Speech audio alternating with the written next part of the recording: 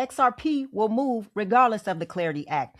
Today, I want to talk about something that I think a lot of people are mistiming right now, especially in crypto. Everyone is waiting. They're waiting for regulation. They're waiting for the Clarity Act. They're waiting for permission, and they are waiting for certainty. But markets don't wait when pressure shows up. Historically, the biggest moves don't always happen after legislation is passed. Sometimes they happen before, when systems are forced to act and the rules are already defined enough to move. That is, for one particular cryptocurrency. And this is why this conversation is going to matter, because there is that one asset that doesn't need future clarity to be usable. It already has it.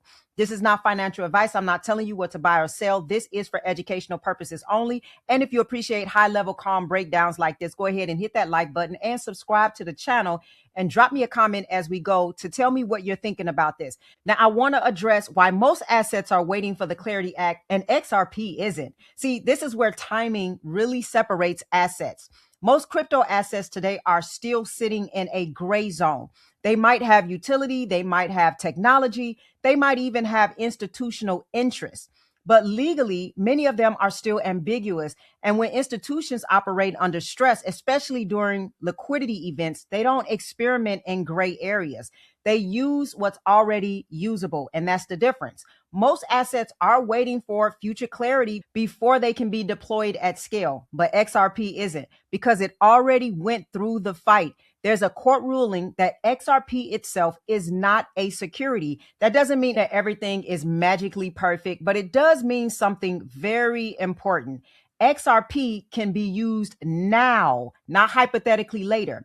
That creates a timing advantage. In calm markets, that advantage doesn't matter as much. Everyone has time to debate. Everyone has time to wait for legislation. But when liquidity tightens, when funding markets get stressed, when capital needs to move now, institutions do not pause for political process.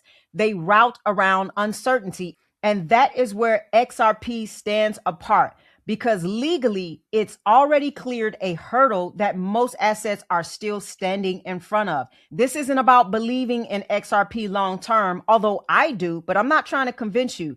It is more about understanding when something can be used, not just if it will be used later. And timing matters more than people realize with this. Now, I want to talk about the reverse carry trade, but I don't want to explain it in its fullness. I've already done a video on this, but I do want to explain how it behaves under stress.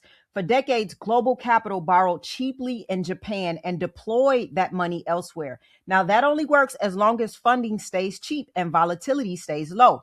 When that environment changes even slightly, the unwind is very fast. Capital doesn't trickle back, it snaps back. And when the carry trade unwinds, three things happen at the same time. Funding tightens, FX markets get stressed, and settlement speed suddenly matters more than yield. This is the part that people are not considering. During a reverse carry trade, institutions aren't looking for the best investment. They're looking for the fastest, cleanest way to move liquidity without breaking anything. That's when the thought processing of what do I hold gets put on the side and becomes, what can I use right now to move money safely? This is why reverse carry trade environments favor infrastructure, not narratives. They favor assets and rails that are already approved, already integrated, and already usable, not the ones waiting on future clarity. And that's why this is a matter of timing, because if funding stress shows up before new regulation does, institutions will not wait. They act with what's already available. And so this is where Japan becomes the real pressure point. Japan isn't another country in global markets. It sits at the center of global funding. Remember that for decades, Japan has been the cheapest source of capital in the world. That's why so much global liquidity flows through it. And that also means stress shows up there early. But here's what really differentiates Japan in times like this. Japan is most likely going to be pragmatic under pressure. When the conditions tighten, the priority isn't ideological purity, it's continuity and stability, meaning keeping markets functioning, keeping liquidity moving, and avoiding cascading failures. Japan doesn't debate solutions publicly for long periods of time. If this happens, it's not going to wait for perfect consensus. It's not going to test narratives. It deploys what already works. That's important to know. In the US or Europe, stress often triggers extended political debate, regulatory back and forth, and messaging wars. In Japan, stress compresses decision making. So, what they would try to figure out is very simple and very fast. What can move liquidity now, meaning safely, legally, and without creating additional instability? And Japan has already spent years building and testing digital settlement infrastructure that actually functions in real world conditions. So when pressure shows up, especially in funding markets, Japan doesn't need to experiment. It routes around friction.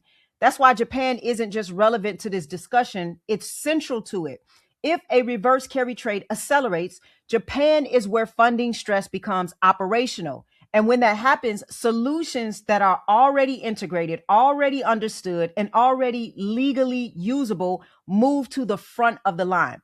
Japan doesn't have to wait for future clarity. It uses present capability. And that's what makes it the pressure point in this setup. Now, let's talk about what actually forces action. I want to be very clear here. This is not about predicting war or trying to be dramatic at all. It's about understanding how systems behave if stress shows up. Oil is one of the fastest ways stress moves through the global system. An oil spike doesn't just raise gas prices, it feeds directly into inflation, FX markets, and funding costs. When that happens at the same time as geopolitical tension, decision timelines shrink. Institutions don't have the luxury of waiting. They don't get to say, well, let's just see how Congress handles this.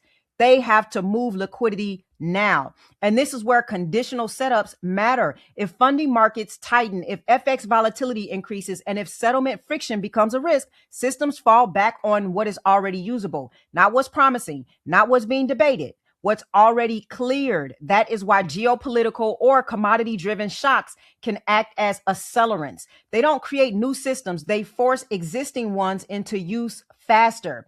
And in those times, legal usability and settlement speed is going to matter more than long-term narratives. And that's the trigger that most people are just not watching for. And I'm not saying that this will happen, but I'm saying if it does, it changes the order of operations immediately. Now, with that being said, we also have to talk about the supply shock and repricing mechanisms. When people think about price moving, they think about sentiment, retail excitement, narratives catching on. That is not what drives repricing in a liquidity event. In stress scenarios, demand doesn't show up gradually. It shows up all at once. And when demand is institutional and functional, it doesn't negotiate with price the way retail does.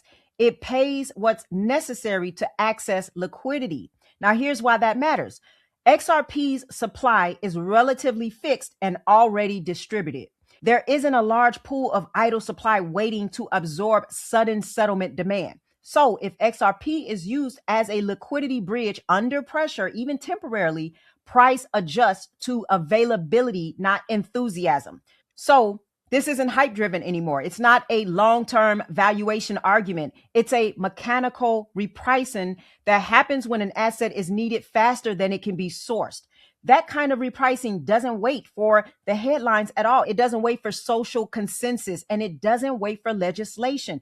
It resolves the bottleneck, and then the narrative catches up later. And that's why timing and context matters so much here, because it's not about believing something will happen. It's about understanding what happens if it does. Now, let me say what this means for how you think and not what you buy, because I want to bring it back to how you think about markets. This isn't about telling anyone to buy anything. It's about understanding asymmetry.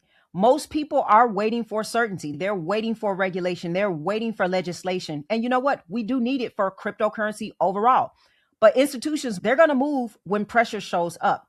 Most people focus on long-term narratives. And you know what? I do too. My long-term narratives are what shape my convictions at times. But I want you to understand that institutions care about what works right now. And the biggest opportunities often live in that gap between legal usability and political clarity, and between calm markets and stress ones. You don't need to predict events to understand structure. You just need to recognize where timing advantages exist. And that's the case with XRP, because they cut the time down when they were able to go through the legal battle to declare XRP is not a security.